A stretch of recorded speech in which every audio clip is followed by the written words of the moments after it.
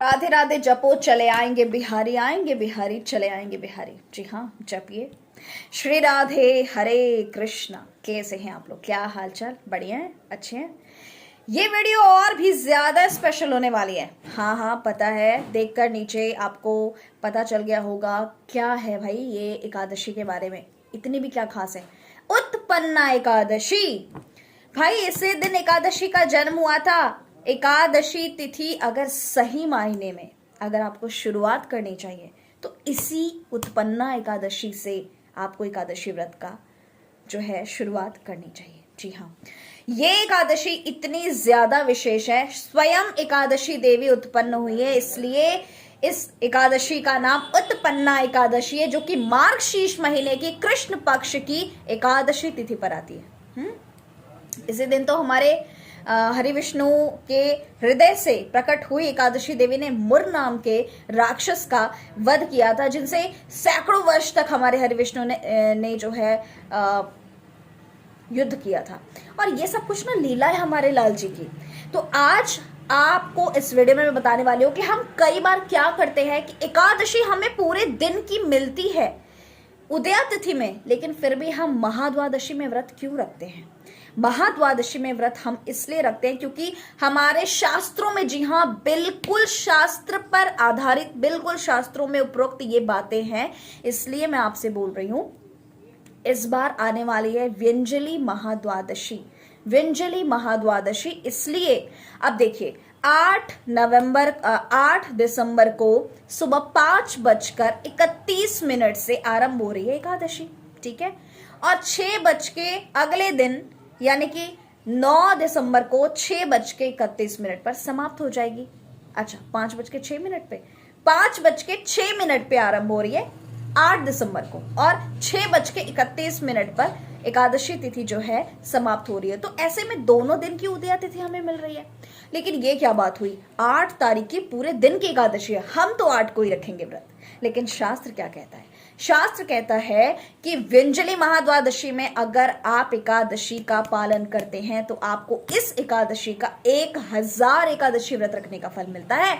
आप चाहे तो दोनों दिन रख सकते हैं, लेकिन एक जरूरी बात, अगर आप 9 दिसंबर की एकादशी रखते हैं तो ये व्यंजली महाद्वादशी, शास्त्रों में 8 ऐसी द्वादशी बताई गई है जिनमें से उन 8 महाद्वादशियों में से ये व्यंजली महाद्वादशी बहुत विशेष है। इसलिए हम सब, अगर आप मुझे फॉलो करते हैं, हम वैष्णव जन, आप सभी वैष्णव ही हैं जो समय निकालकर वीडियोस को देख रहे हैं, सुन रहे हैं, ठाकुर जी की लीलाओं को सुनते हैं, कथाओं को सुनते हैं और मेरी वीडियोस को देखते हैं। जी हाँ, वो सब उनके मन में ही, भाव में ही वो वैष्णव ही है। मेरे लिए तो वो वैष्णव ही। आप सभी वैष्णवों को दंडवत प्रणाम करती हूँ जो मुझे देख रहे हैं। जी हाँ, तो इस बार आप 8 दिसंबर की एकादशी का व्रत न रखकर इस उत्पन्ना महा एकादशी का व्रत आप 9 दिसंबर को रखेंगे। जी हाँ, अब ये 9 दिसंबर को एकादशी का व्रत पूरे दिन रखा, लेकिन अगले दिन पारायण का समय ध्यान से सुन लीजिएगा।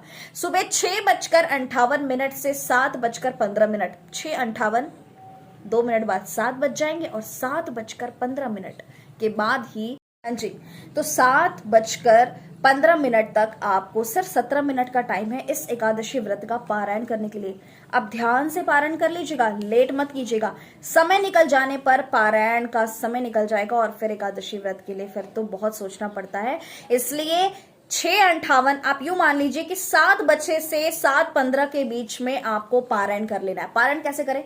तुलसी दल ले लीजिए, भगवान का प्रसाद ले लीजिए, एकादशी प्रसाद ले लीजिए, और आप पारायण कीजिए। भगवान के चरणामृत से आप व्रत खोल सकते हैं। आप खिचड़ी का भोग अर्पण करके, क्योंकि एकादशी पर चावल वर्जित है, लेकिन वही द्वादशी पर वही महाप्रसाद बन जाता है, तो ठाकुर जी को खिचड़ी का भोग अर्पण करें और वही प्रसाद आप लेकर भी पारायण कर सकते हैं। तो ये एकादशी तो हो गई। अब एकादशी उत्पन्ना एकादशी है। आप में से बहुत सारे लोग नहीं भी व्रत रखते होंगे, तो अगर आप चाहते हैं तो इस एकादशी से व्रत रखना आरंभ कर सकते हैं। जी हाँ, इस एकादशी पर अगर आप हरे कृष्ण महामंत्र नहीं करते हैं, आप लोग सोच रहे हैं कंठी धारण करें या ना करें, बहुत नियम होते हैं, हम ऑनियन गार्लिक खाते हैं, हम प्याज लहसुन खाते हैं, क्या करें क्या नहीं करें। तो देखिए पहले शुरू कीजिए, धीरे धीरे शुरू कीजिए। और कहाँ से शुरू करेंगे? मैं कह रही हूँ 16 माला नहीं हो पाती, 8 कीजिए। 8 भी बाप रे बाप बहुत है हमारे लिए, तो हम नहीं कर सकते, हम गृहस्थ आश्रम में रहते हैं, कोई बात नहीं, 4 कर लीजिए। चलिए छोड़िए, 4 भी बहुत है, तो आप 1 माला हरे कृष्ण महामंत्र की कीजिए। आप 1 माला से भी शुरू कर सकते हैं।